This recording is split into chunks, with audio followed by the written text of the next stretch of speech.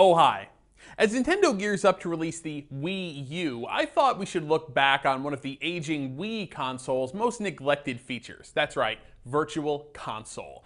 Now, when Nintendo first launched the Wii, it was all about how you could use it to download classic games from prior eras of gaming, but as the years went on, it started neglecting the service. Look, Nintendo, I get it, okay? People don't really download games on their Wii, okay? Let's not point fingers, let's not worry about whose fault it is, okay? It's yours. But let's move on. With the Wii U, Nintendo has a chance to reinvigorate Virtual Console. Here's 5 ways they can do it.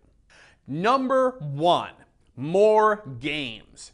Duh. There used to be as many as 5 Virtual Console games every week. In 2012 so far, 15. Not per week, total. And most of those are Neo Geo games. Other platforms are just neglected. Are there more games to release on Virtual Console? Of course there are. Of the 100 best Nintendo Entertainment System games rated by IGN.com, only 34 of them are on the Virtual Console. There's tons more games out there from Nintendo and from third parties that would be great fits. Number 2, once you get more games on there, bundle them together. Look, Nintendo, if you don't want to have sales on Virtual Console content, why not offer package deals? Offer the whole Mario series, every game for 20 bucks, or every Zelda game for 25. It doesn't devalue your content, it's just a new way of buying it. Yes, we, your long-suffering early adopters, already have these games, but if it gets more people spending more money on Virtual Console, you'll be able to bring more new games for all of us. Number 3. Make games compatible with 3DS. Nintendo has already begun to sell Virtual Console games on the 3DS, including ones that are already available on the Wii. But once we move to the Wii U and there's a unified account system across all your devices, it's time to let people buy the game once and then play it anywhere. I'm not asking for things for free, I'm asking for flexibility with the content that I already own. You can verify it's not going to change hands to a different owner because I have one account.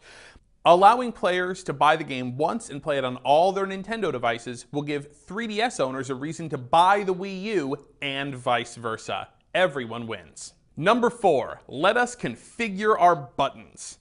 Nintendo. Playing some of these old games on controllers they weren't designed for is either annoying or impossible. Let us configure buttons, especially on the 3DS. Guys, have you played New Super Mario Bros. 2, that game that you released a little while ago? You know how you can use the Y and the B buttons to run and jump? Okay, well then let us do that in regular Super Mario Bros. If we want to. This is not rocket science. If you want to charge a premium price, you have to offer premium service. And number 5 is DuckTales. That's right, this deserved its own category. DuckTales is one of the best Nintendo games ever made. It's got fantastic gameplay, it's got catchy music, it's got graphics that are filled with personality. It is a game that is emblematic of the 8-bit culture of the 1980s. It has got to be on Virtual Console. The only snag is that the game is owned by Capcom, but the characters are owned by Disney.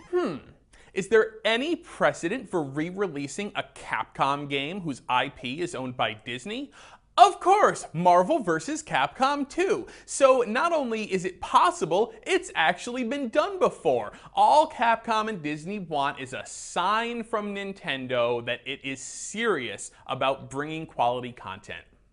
Nintendo should be releasing the Wii U sometime around mid-November, so let's hope that it brings a reinvigorated Virtual Console experience with it.